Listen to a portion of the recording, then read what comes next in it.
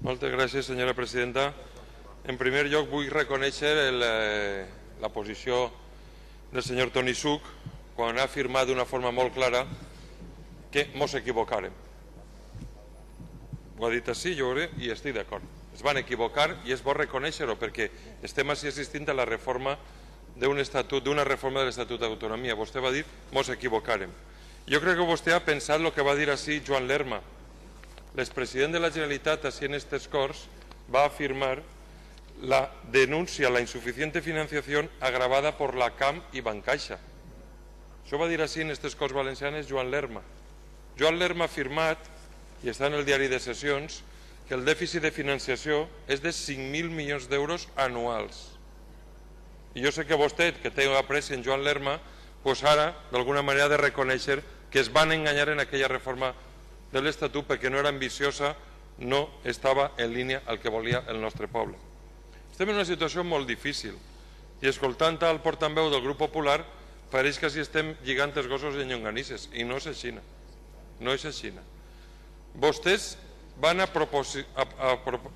han presentat una reforma insuficient i vostè no ha contestat per què estan en contra de les nostres esmenes. Per què està vostè en contra que el que el PP i el PSOE sí que aproven al Congrés dels Diputats per altres estatuts d'autonomia? Per què està vostè en contra? Si són perfectament constitucionals, si estan dins de la lleialtat constitucional, si representen un model d'estat constitucional, per què el PP i el PSOE neguen així el que accepten per altres comunitats autònomes? Expliqueu. Perquè, clar, diu que nosaltres que vam aconseguir el vot afirmatiu, ara ja veiem que no, de tots els grups de la cambra. Diu, home, si a un mort de fam que necessita menjar bé li donen una galeta, es queda en la galeta, tot i que el que necessita és un sopar com Déu mana. Aquesta és la realitat. I en això no aconseguim resoldre els problemes ni d'inversió de l'Estat, arribem tard, com sempre, ni de financiació. Les esmenes que nosaltres hem plantejat a aquesta reforma de l'Estatut d'Autonomia són esmenes per a millorar la dotació del govern en aquests 2 mesos que queden, del govern, del que vinga, del futur govern de la Generalitat. I vostès es neguen això. Vostès estan en contra dels interessos del poble valencià. Però és que fan mal les coses, continuen fent mal. Ja van presentar recursos d'Andalusia i els van dir que això no era, pràcticament el Tribunal Constitucional els va dir que això no era el consultori de la senyorita Pepis, s'ho va dir en la sentència. Però ens pot explicar el grup popular si tindrem que anar a referèndum per aquesta reforma? Perquè jo he consultat els juristes i ahir n'hi ha de tot. Reformar un estatut d'autonomia que encara no té 5 anys de vigència és un fracàs dels que van proposar la reforma, com ha reconegut molt bé el senyor Toni Such. Un fracàs. No mos vinguen així posant-se de que sabien el que feia falta i tenim molt clar el que està. No, vostès no són la comunitat valenciana i, en definitiva, vostès el que haurien d'explicar és per què la seva falta de competència ha provocat que tinguem en casa ja 600.000 parats i parades, dels quals 200.000 no cobren cap prestació.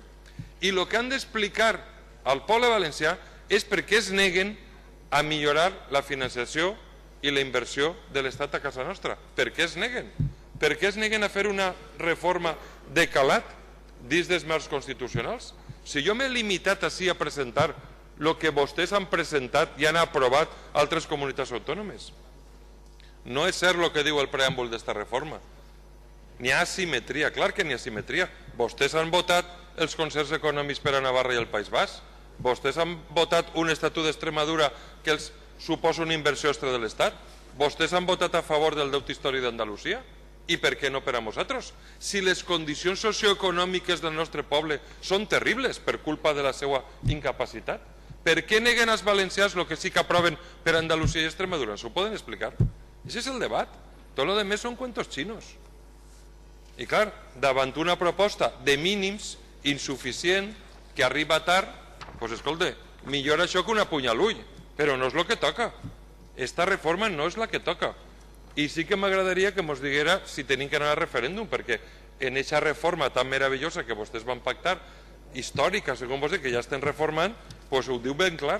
I n'hi ha juristes que ja diuen que vos van a portar a un lío descomunal. Pot ser per això esta reforma no està presentat en temps i forma per arribar als pressupostos generals de l'Estat del 2012. Muchas gracias, señor I Morera. així van les coses, de fracàs en fracàs hasta la derrota final. Això és lo que Muchas gracias, señor Morera.